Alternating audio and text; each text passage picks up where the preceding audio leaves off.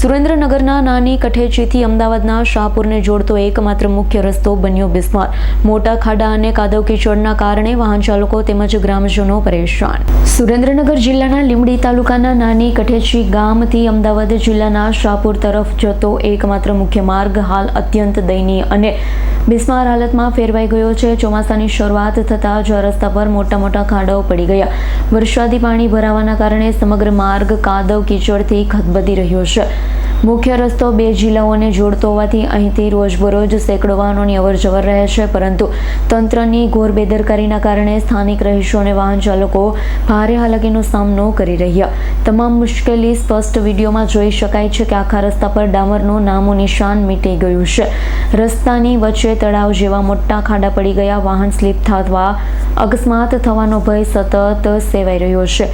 નાની કઠેચી ગામના લોકો શાહપુર કે અમદાવાદ તરફ જવા માટે આ એકમાત્ર મોટો રસ્તો છે। રસ્તો બંધ કે બિસ્માર થવાથી ગામ જાણે અન્ય વિસ્તારોથી સંપર્ક વિહોણું બની જાય તેવી સ્થિતિ સર્જાય।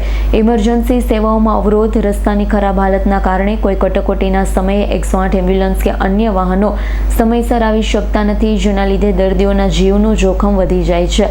તેમજ દ્વિચક્રીય વાહન ચાલકો અવારનવાર ખાડા અને કાદવમાં ખાબકી રહ્યા, જેના કારણે અનેક લોકોને નાની મોટી ઈજાઓ પહોંચી છે। સ્થાનિક ગ્રામજનોને વાહન ચાલકો દ્વારા તંત્ર સમક્ષ ઉગ્ર માંગણી કરવામાં આવી છે કે આ માર્ગનું તાત્કાલિક ધોરણે સમારકામ એટલે કે પેચ વર્ક કરવામાં આવે। ચોમાસા બાદ અહીંયા કાયમી અને મજબૂત નવો રસ્તો બનાવવામાં આવે। જો વહેલી તકે આ બાબતે યોગ્ય નિકાલ નહીં આવે તો આગામી દિવસમાં સ્થાનિકો દ્વારા ઉગ્ર આંદોલન કરવાની ચીમકી પણ ઉચ્ચારવામાં આવી છે। નમસ્કાર મિત્રો, હું વિજયભાઈ મેર, સુરેન્દ્રનગર જિલ્લા અખિલ ભારતીય યુવા કોળી સમાજ ઉપપ્રમુખ।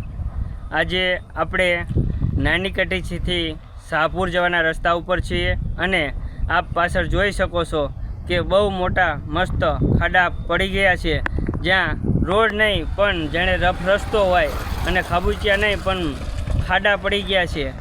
છતાં પણ તંત્રને વારંવાર રજૂઆત કરવા છતાં આજ દિન સુધી આ રોડનું કામ ચાલુ કરવામાં નથી આવ્યું।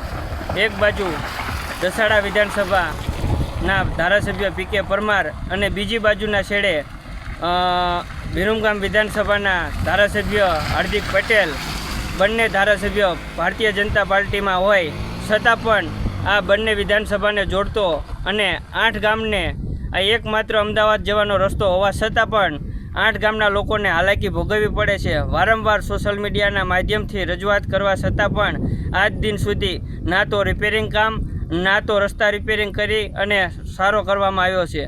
જો આવનારા ટૂંક સમયની અંદર જો આ રસ્તાને રિપેરિંગ કરી અને નવો નહીં બનાવવામાં આવે તો યુથ કોંગ્રેસ દ્વારા ધરણા પ્રદર્શન અને વિરોધ પ્રદર્શન કરવામાં આવશે। કલ્પેશ વાઢેરનો રિપોર્ટ, S9 ન્યૂઝ, સુરેન્દ્રનગર। અમારી તમામ માહિતીથી અપડેટ રહેવા માટે જોડાયેલા રહો S9 ન્યૂઝ સાથે।